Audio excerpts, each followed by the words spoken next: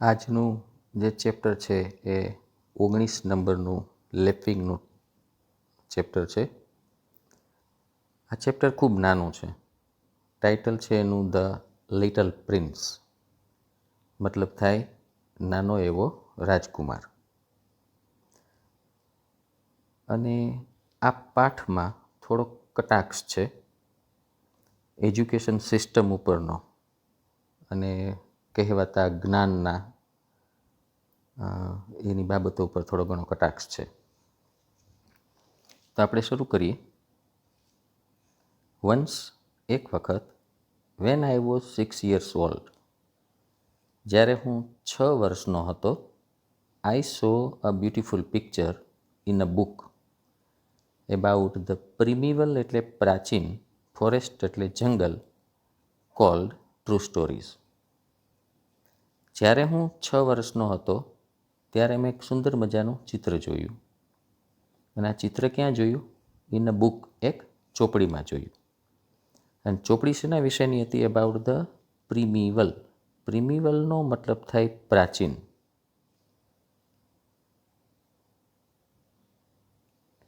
Forest એટલે જંગલ, cold true stories, મતલબ એ જે બુક હતી એનું ટાઇટલ હતું ટ્રુ સ્ટોરીઝ.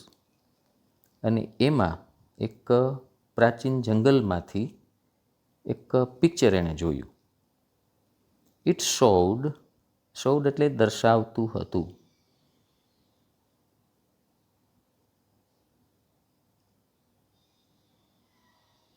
આ શોનું ભૂતકાળનું રૂપ છે. બોવા કન્સ્ટ્રિક્ટર. આ બોવા કન્સ્ટ્રિક્ટર એ એક અજગરની એક જાત છે.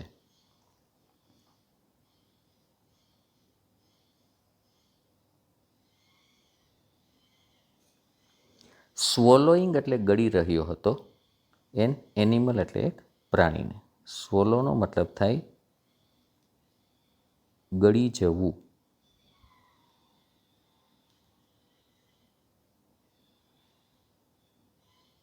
એન એનિમલ એટલે એક પ્રાણીને. Here is a copy of the drawing. અને એ ડ્રોઈંગ આ છોકરાએ જે જોયેલું હતું, એ 6 વર્ષનો હતો ત્યારે, એ પિક્ચર અહીંયા છે. મતલબ કે પ્રાચીન જંગલમાં એક બોવા કન્સ્ટ્રિક્ટર નામનો અજગર એક પ્રાણીને ગળી રહ્યો હતો. પોતે જ્યારે 6 વર્ષનો હતો ત્યારે એણે આ ચિત્રને જોયું. હવે એ બુકમાં આ ચિત્ર ઉપરાંત એનું વર્ણન હતું. The book stated. ટુ સ્ટેટનો મતલબ થાય કહેવું. સ્ટેટ એટલે કહેવું અથવા તો વર્ણન કરવું.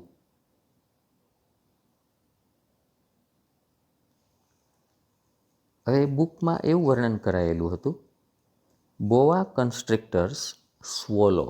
સ્વોલોનો મતલબ થાય ગળી જવું. ધેર પ્રે.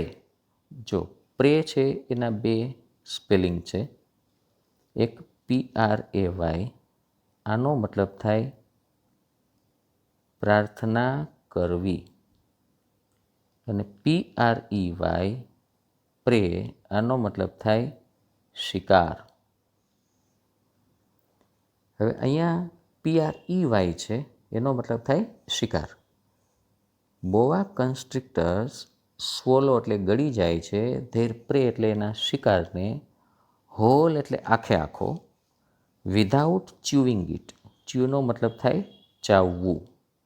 એના ઉપરથી ચ્યુઇંગ ગમ આવે, જેને આપણે ચિગમ એવું બોલતા સાંભળેલા હોય. વાસ્તવમાં એ ચ્યુઇંગ ગમ છે. ચ્યુનો મતલબ થાય ચાવવું. વેર અપોનનો મતલબ થાય પછીથી. આખે આખા શિકારને ગળી ગયા પછી. હોલનો મતલબ શું હતો? આખું. They can no longer move. પછી આ બોવા કન્સ્ટ્રિક્ટર લાંબો સમય એ મૂવમેન્ટ નથી કરી શકતા. આખે આખા શિકારને ગળી ગયા હોય પછી હાલી ચાલી નથી શકતા. અને સ્લીપ ફોર 6 months ડાયજેસ્ટિંગ ઇટ. અને 6 મહિના સુધી સૂઈ જાય છે.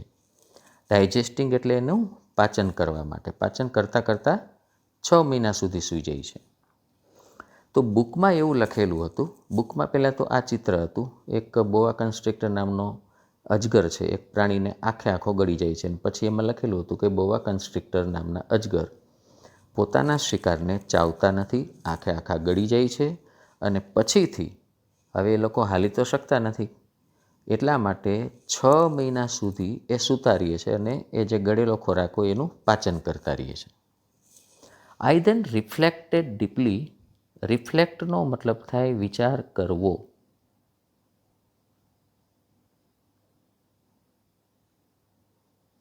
ડીપલી એટલે ઊંડો. અપોન ધ એડવેન્ચર્સ એટલે સાહસ. ઇન ધ જંગલ એટલે જંગલમાં. And intern. ઇન્ટર્નનો મતલબ થાય પછી.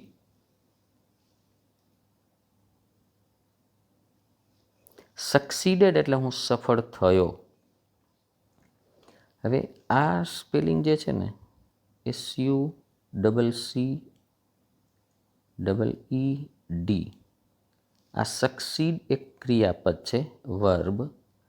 એનો મતલબ થાય સફળ થવું. અને એનું જે નાઉન છે SUCCESS, સક્સેસ, આ નાઉન થયું. એનો મતલબ થાય સફળતા. In making my first drawing, અને મેં મારું પહેલું ડ્રોઈંગ કર્યું with a colour pencil. I then reflected deeply. પછી મેં આ ચિત્ર ઉપર, આ લખાણ ઉપર ખૂબ ઊંડો વિચાર કર્યો. Upon the adventures in the jungle એટલે આ જંગલના સાહસો ઉપર. અને ઇન્ટર્ન પછીથી.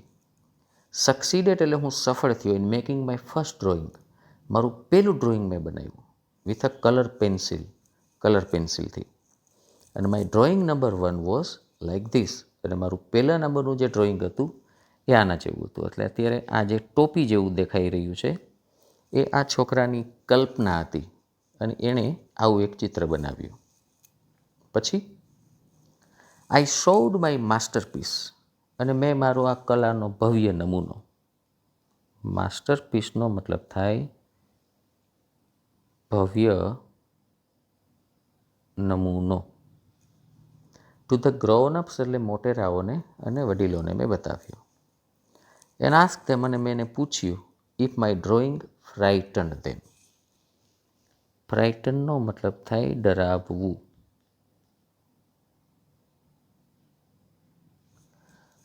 આ ભાઈએ બોઆ કન્સ્ટ્રિક્ટર નામનો જે અજગર છે એ આખા પ્રાણીને ગળી જાય છે, આના ઉપર ઊંડો વિચાર કર્યો.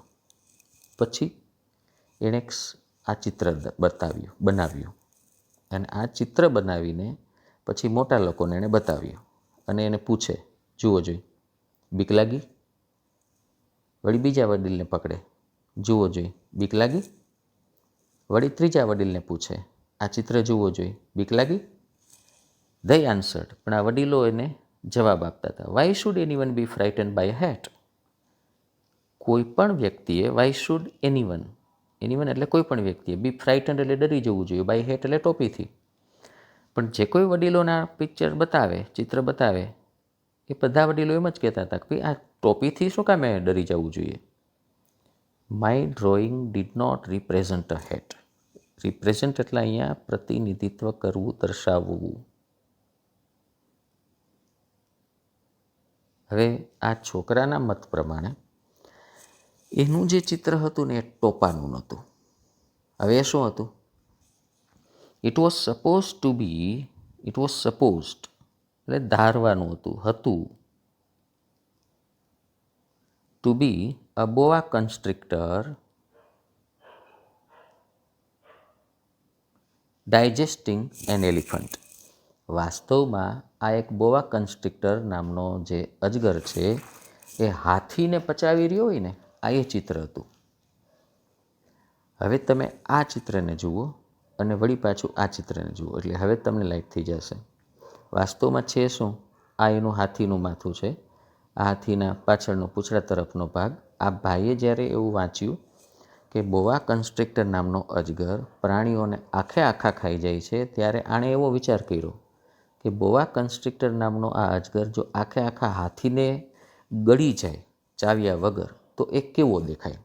તો ટોપા જેવો દેખાય. એટલે એણે વાસ્તવિકતા હતી એટલે એણે ટોપા જેવું ચિત્ર બનાવ્યું. એટલે હવે વારે વારે વડીલોને બતાવે તો વડીલોને પિક્ચર બતાવીને એમ કહેતો ડર લાગ્યો. તો વડીલો એને એમ કહેતા ટોપાથી કોઈ શું કામ બીવું જોઈએ? સો આઈ મેડ અનધર ડ્રોઈંગ. એટલે આ ભાઈને એમ લાગે છે કે આ વડીલો આ મારા ચિત્રને સમજી નહીં શકે, એટલે મેં બીજું અનધર ડ્રોઈંગ એટલે બીજું ડ્રોઈંગ બનાવ્યું of the inside of boa constrictor. Inside એટલે અંદરની બાજુ.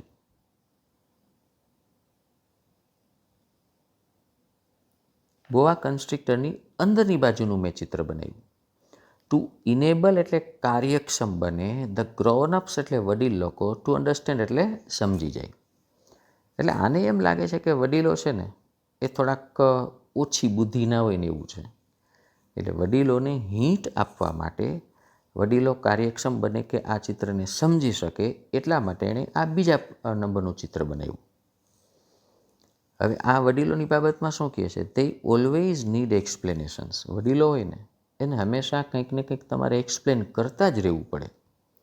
My drawing number 2 look like this. અને મારું બીજા નંબરનું ડ્રોઈંગ આના જેવું હતું. એટલે પહેલા નંબરનું ડ્રોઈંગ કોઈને સમજાયું નહીં એટલે આ ભાઈએ બીજા નંબરનું આવા પ્રકારનું ડ્રોઈંગ બનાવ્યું. હવે આ પાઠનો બીજો પાઠ થશે. પહેલા નંબરના ડ્રોઈંગની જ્યારે એને નિષ્ફળતા મળી ત્યારે એણે એવું નક્કી કર્યું કે હવે મારે બીજા નંબરનું ડ્રોઈંગ બનાવવું છે, જેથી કરીને વડીલોને ખબર પડે કે એક્ઝેક્ટલી એ ચિત્ર શું હતું. હવે એણે બીજા નંબરનું ચિત્ર બનાવ્યું.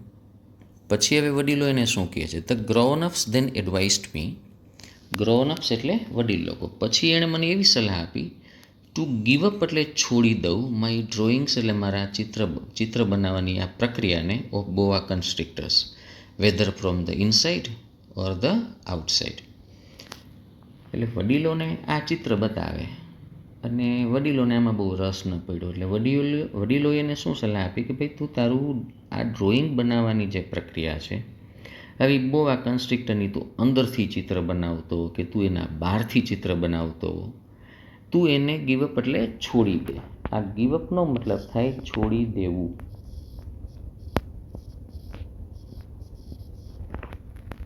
And to devote myself. Devote એટલે લગાડી દેવું.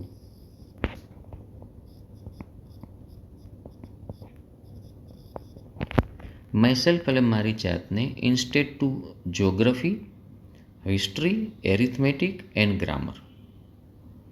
અને વડીલોએ મને એવી સલાહ આપી કે હું મારી જાતને ભૂગોળ, ઇતિહાસ, અંગણિત અને ગ્રામરમાં હું લગાડી દઉં. મતલબ વડીલોને એવી સલાહ આપે છે કે ભાઈ આ ચિત્ર બનાવવા તારા કામની વાત નથી, એને બદલે તું ભૂગોળ ઉપર ધ્યાન દે, ઇતિહાસ ઉપર ધ્યાન દે, અંગણિત ઉપર ધ્યાન દે અને ગ્રામર શીખવા ઉપર ધ્યાન દે. ધસ આઈ ગેવ અપ એટલે મેં છોડી દીધી અ મેગ્નિફિસન્ટ કરિયર એટલે મારી ખૂબ ભવ્ય કારકિર્દી એઝ અ પેઇન્ટર એટલે ચિત્રકાર તરીકેની એટ ધ એજ ઓફ 6. એટલે હવે આ પોતે કટાક્ષ કરી રહ્યો છે. એટલે મારી કે 6 વર્ષની આ નાની એવી ઉંમરે મારે આ મારી જે ભવ્ય કારકિર્દી હતી ચિત્રકાર તરીકેની એને મારે છોડી દેવી પડી. આઈ હેડ બીન ડિસઅપોઇન્ટેડ. ડિસઅપોઇન્ટેડનો મતલબ થાય હતાશ થવું તે.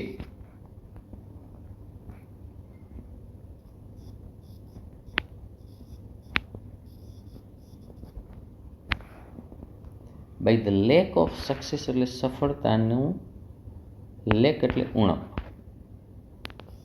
લેકનો મતલબ થાય ઉણપ. ઓફ માય ડ્રોઈંગ નંબર 1 મારા પહેલા નંબરના ડ્રોઈંગની આ નિષ્ફળતાથી હું ખૂબ હતાશ થઈ ગયો. એન્ડ માય ડ્રોઈંગ નંબર 2 અને બીજા નંબરના ડ્રોઈંગની એટલી જ નિષ્ફળતા એને મળી. Grown-ups never understand anything by themselves. વડીલ લોકોને પોતાને તો કંઈ સમજાતું જ નથી. ઇટ ઇઝ રાધર ટીડિયસ એટલે કંટાળાજનક, ફોર ચિલ્ડ્રન એટલે બાળકો માટે, to have to explain things to them time and again એટલે વારંવાર આપણે બાળકોએ વડીલોને કંઈક ને કંઈક ખુલાસાઓ કરતા રહેવા. આ ખૂબ કંટાળાજનક કામ છે. ટીડિયસ મતલબ બોરિંગ એટલે કંટાળાજનક.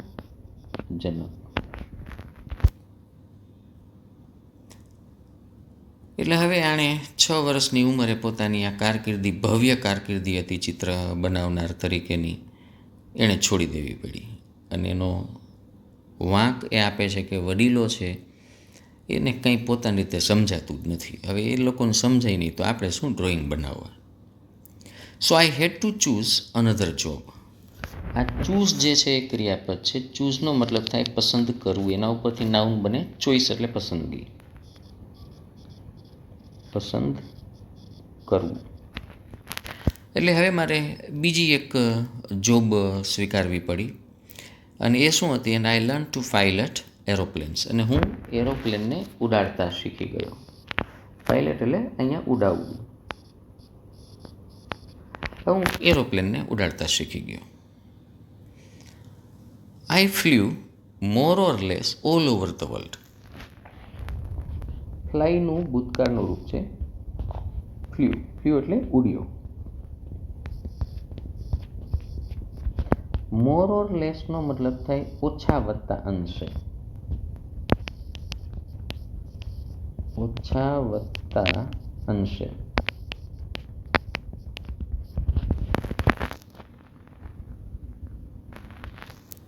So I had to choose another job and I learned to pilot aeroplanes. I flew more or less all over the world. અને ઓછા વત્તા અંશે હું આખા જગતમાં પ્લેન લઈને ઉડ્યો. એન્ડ ઇન્ડીડ અને ખરેખર geography has been extremely useful to me. અને હું જે ભૂગોળ ભણ્યો એ મારા માટે એક્સ્ટ્રીમલી યુઝફુલ ટુ મી એટલે ખૂબ જ ઉપયોગી નીવડ્યું. અહીંયા એક્સ્ટ્રીમનો મતલબ થાય અતિશય વધારે, ખૂબ જ. I am able to distinguish China and Arizona at a glance. I am able to distinguish. ડિસ્ટિંગ્વિશનો મતલબ થાય અલગ પાડવું અથવા તો ઓળખી જવું. અલગ પાડવું. ચાઇના મતલબ ચીન કે એરિઝોના એક નજરથી જોઉં ને ઉપરથી મને ખબર પડી જાય કે આ ચીનનો વિસ્તાર છે અને આ એરિઝોનાનો વિસ્તાર છે. It is extremely helpful if one gets lost in the night. અને રાત્રિના સમયે જો વ્યક્તિ કોઈ જંગલમાં ખોવાઈ જાય તો આ ભૂગોળનું જ્ઞાન અત્યંત ઉપયોગી નીવડે છે. As a result of which, અને આજે હું પાયલટ બની ગયો છું એના પરિણામે I have been in touch. I have been in ટચનો મતલબ થાય હું સંપર્કમાં આવેલો છું.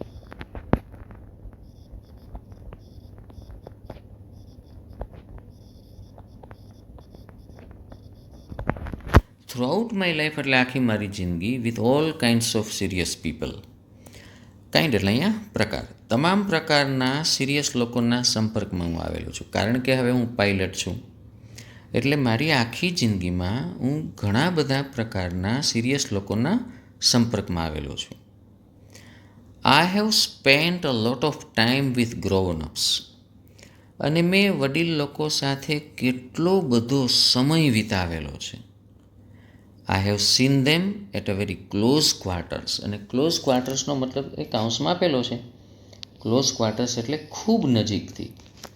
અને હું વડીલોને ખૂબ નજીકથી હવે ઓળખું છું. વિચ આઈ એમ અફ્રેડ, પણ મને હજી ડર લાગે છે, has not greatly enhanced my opinion of them.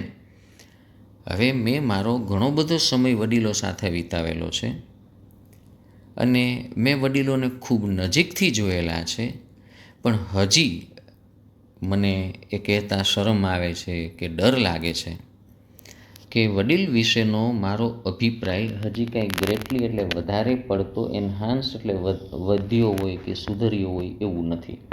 Greatly એટલે વધારે પ્રમાણમાં, એન્હાન્સ એટલે વધારવું અથવા તો સુધરવું. એટલે આ એવું કહે છે કે 6 વર્ષનો હું હતો ત્યારે મોટા લોકો વિશે હું જે માનતો હતો એ જ મારો ઓપિનિયન હજી પણ વડીલ વિશેનો એવો છે. તો 6 વર્ષનો હતો ત્યારે શું માનતો હતો કે વડીલ લોકોમાં બહુ લાંબી બુદ્ધિ હોતી નથી. એને કોઈ પણ બાબતને સમજાવવા માટે તમારે કેટલા બધા એક્સપ્લેનેશન્સ આપવા પડે છે. અને આજે જ્યારે હું આ પાકટ ઉંમરે પહોંચેલો છું, હું પાયલટ બનેલો છું, ઓછા વત્તા અંશે હું આખી દુનિયા ઉપર પ્લેન લઈને ઉડેલું છું, ત્યારે પણ હજી કેટલા બધા વડીલ લોકોને મળ્યા પછી મારો અભિપ્રાય હજી એનો એ જ છે. વેનેવર આઈ મેટ વન, અને હજી પણ વેનેવર એટલે જ્યારે આઈ મેટ વન એટલે કોઈ એક વડીલ, અહીંયા વનનો મતલબ વડીલ સમજવાનું, હુ સીમ્ડ એટલે લાગતો હોય રિઝનેબલી ક્લિયર સાઇટેડ ટુ મી. અને હજી ક્યારે એવું એવા વડીલને હું મળું કે મને એવું લાગે કે આ સ્પષ્ટપણે ક્લિયર સાઇટેડ એટલે સ્પષ્ટ બુદ્ધિમત્તાવાળો છે. સીમ્ડ એટલે લાગવું, રિઝનેબલી સ્પષ્ટપણે અથવા તો વાજબી રીતે, ક્લિયર સાઇટેડ એટલે સ્પષ્ટ બુદ્ધિમત્તાવાળા.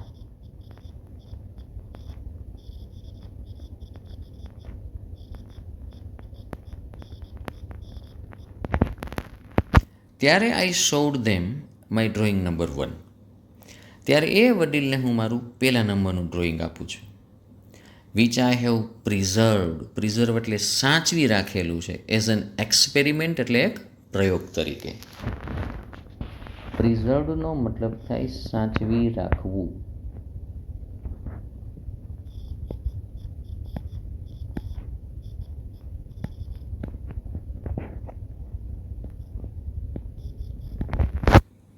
અને હજી પણ મને જ્યારે કોઈ વડીલ મળે, મને એમ લાગે કે આ વડીલ ખરેખર બુદ્ધિશાળી છે, ત્યારે હું હજી મારા ખિસ્સામાંથી અમારું પહેલું ડ્રોઈંગ કાઢું. કારણ કે આ આમ લિટમસ ટેસ્ટ જેવું છે કે કોઈ પણ વડીલ એમ કહી દે આ ટોપા જેવું દ્રશ્ય જોઈને, ભાઈ આ બોઆ કન્સ્ટ્રિક્ટર નામનો એક અજગર છે કે જે હાથીને ગળી રહ્યો છે, તો હું વિચારી લઉં કે માની લઉં કે સાબિત થઈ જાય મારા માટે કે આ વડીલ ખરેખર અત્યંત બુદ્ધિશાળી છે.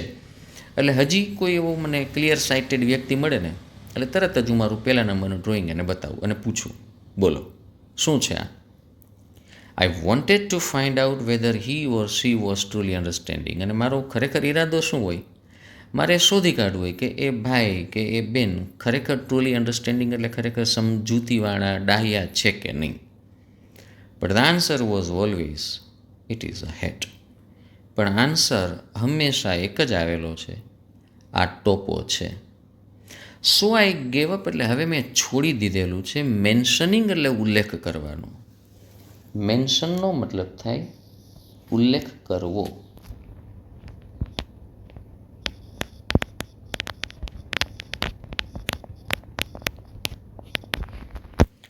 બોઆ કન્સ્ટ્રિક્ટર્સ ઓર પ્રિમિવલ ફોરેસ્ટ ઓર સ્ટાર.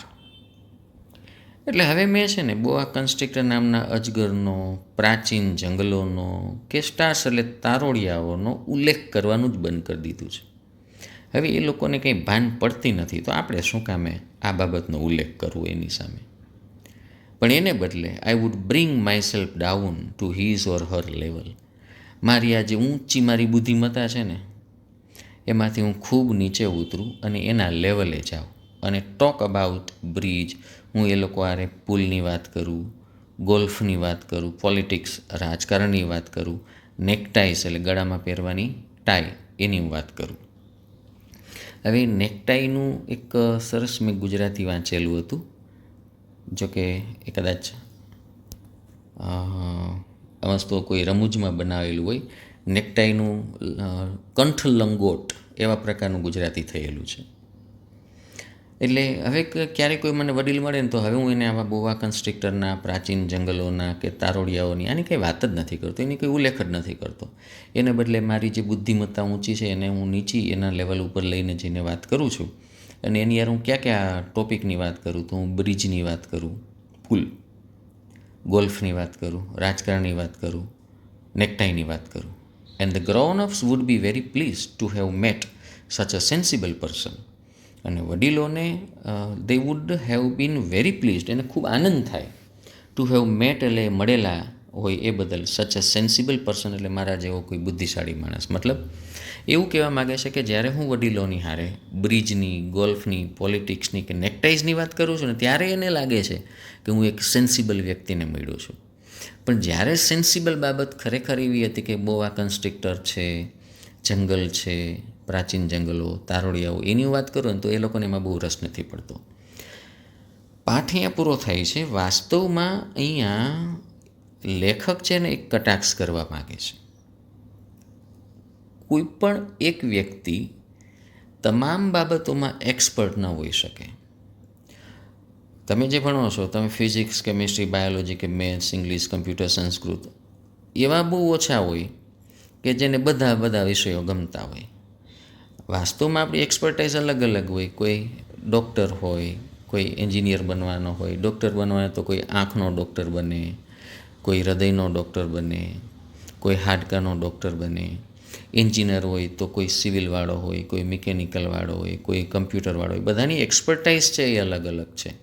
એટલે કોઈ એક ક્ષેત્રની એક્સપર્ટાઇઝવાળો વ્યક્તિ અન્ય એક્સપર્ટાઇઝ ધરાવતા વ્યક્તિ વિશે એલફેલ ન બોલી શકે. મતલબ એવું કહેવાય કે every star is great in its on orbit. દરેકની એક્સપર્ટાઇઝ જુદી જુદી છે. જે કામ તલવારથી થતું હોય એ કામ સોયથી ન થઈ શકે. જે કામ સોયથી થતું હોય એ કામ તલવારથી ન થાય. યુદ્ધ ચાલતું હોય તો એમાં તલવાર લઈને જવું પડે. સોય લઈને જવાથી નથી થતું. પણ જ્યાં બટન તૂટેલું હોય અને ટાંકા લેવાના છે ત્યાં તલવાર કામમાં નથી આવતી. મતલબ દરેકના એક્સપર્ટાઇઝ અલગ અલગ હોય છે.